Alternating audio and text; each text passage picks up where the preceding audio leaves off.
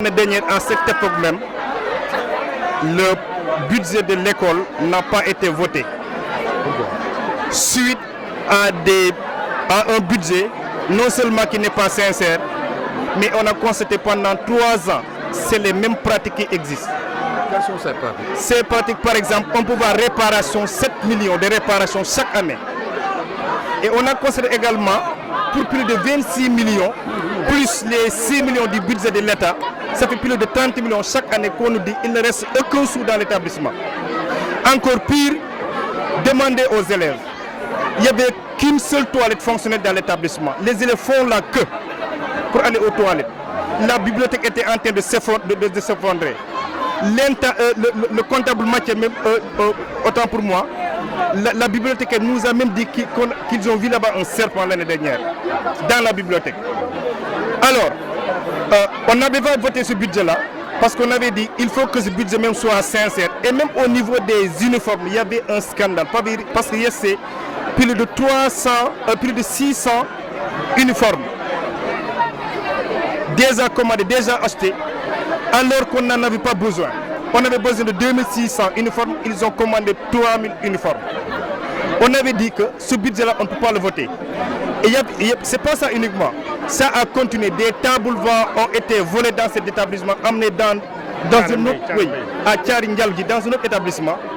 Des ordinateurs qui ont disparu, 7 ordinateurs, d'une valeur de 900 000, disparus.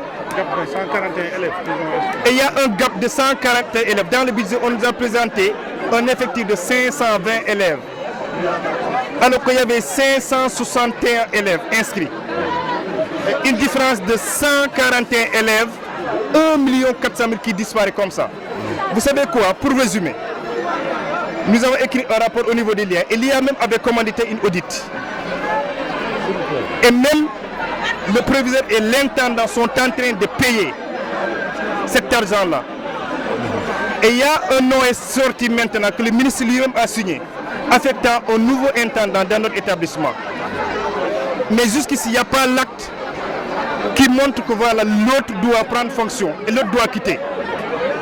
Nous avons saisi le proviseur et l'IA pour le demander pourquoi depuis le 8 janvier, l'OS est signé alors que le nouveau intendant n'a pas encore pris fonction. Alors que dans d'autres établissements, ces intendants-là ont pris fonction. Nous voulons des éclaircissements par rapport à ça. Et même par rapport à la situation, aujourd'hui, vous voyez les élèves et les parents d'élèves. Eux-mêmes nous ont dit, monsieur, même si vous baissez les bras, nous allons continuer le combat. Parce que c'est notre argent. Même s'il n'y a pas d'OS, l'intendant ne va plus travailler dans l'établissement. Il va quitter l'établissement. Donc vous exigez le départ de l'intendant? Nous exigeons le départ pur et simple de l'intendant, qu'il y ait OS ou pas. Personne n'a plus besoin de lui dans cet établissement. Donc la responsabilité, vous l'imputez à l'intendant et à qui? Et le proviseur sortant, il est affecté actuellement au lycée Ndaksek de